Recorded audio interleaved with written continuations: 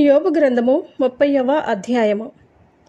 ఇప్పుడైతే నాకన్నా తక్కువ వయసు గలవారు నన్ను ఎగతాళి చేయుదురు. వీరి తండ్రులు నా మందలు కాయి కుక్కలతో నున్నటకు తగనివారని నేను తలంచియుంటిని.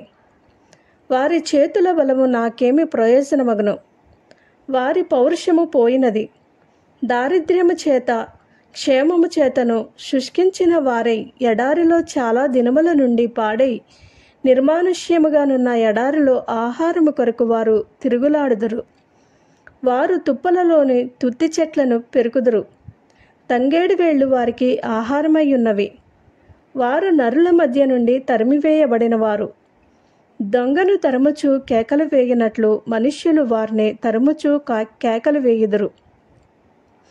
భయంకరమైన లోయలలోనూ నేల సందులలోనూ బండల సందులలోనూ వారు కాపురముండవలసి వచ్చెను. తుప్పలలో వారు ఓండ్రు పెట్టుదురు. ముళ్ళ చెట్ల క్రింద వారు కూడియుందురు.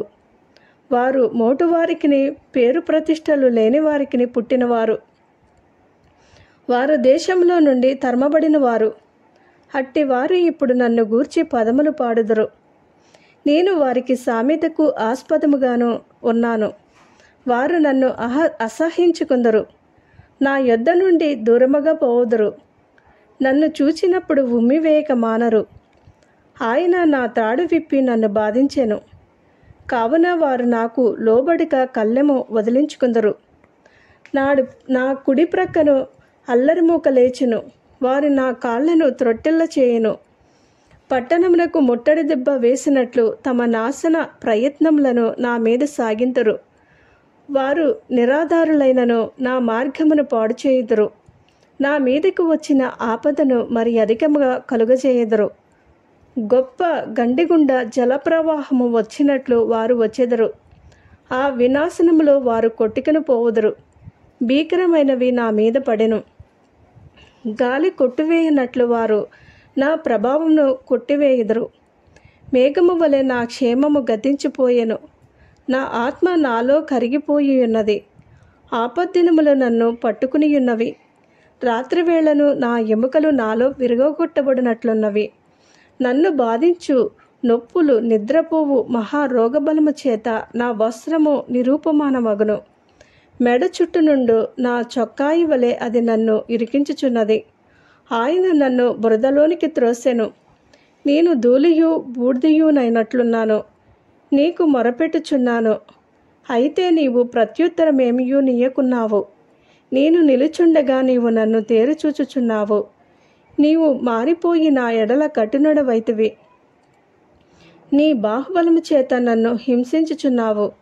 గాలి చేత నన్ను లేవనెత్తి దాని మీద నన్ను కొట్టుకుని పోజేయుచున్నావు. తుఫాను చేత నన్ను హరించివేయుచున్నావు.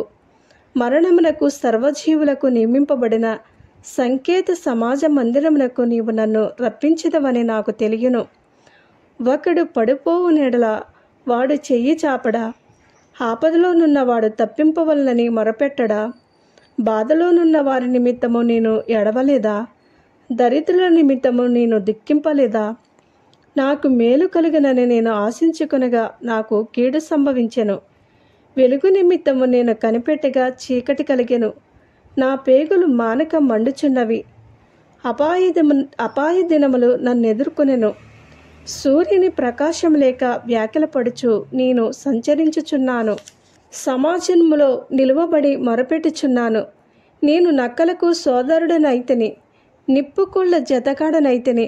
నా చర్మము నల్లబడి నా మీద నుండి ఊడిపోవచ్చున్నది.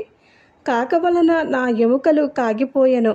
నా స్వరమండలము దుఃఖస్వరము నిచ్చుచున్నవి. నా పిల్లనకు రవి రోదన శబ్దము ఎత్తుచున్నది. ఆమేన్.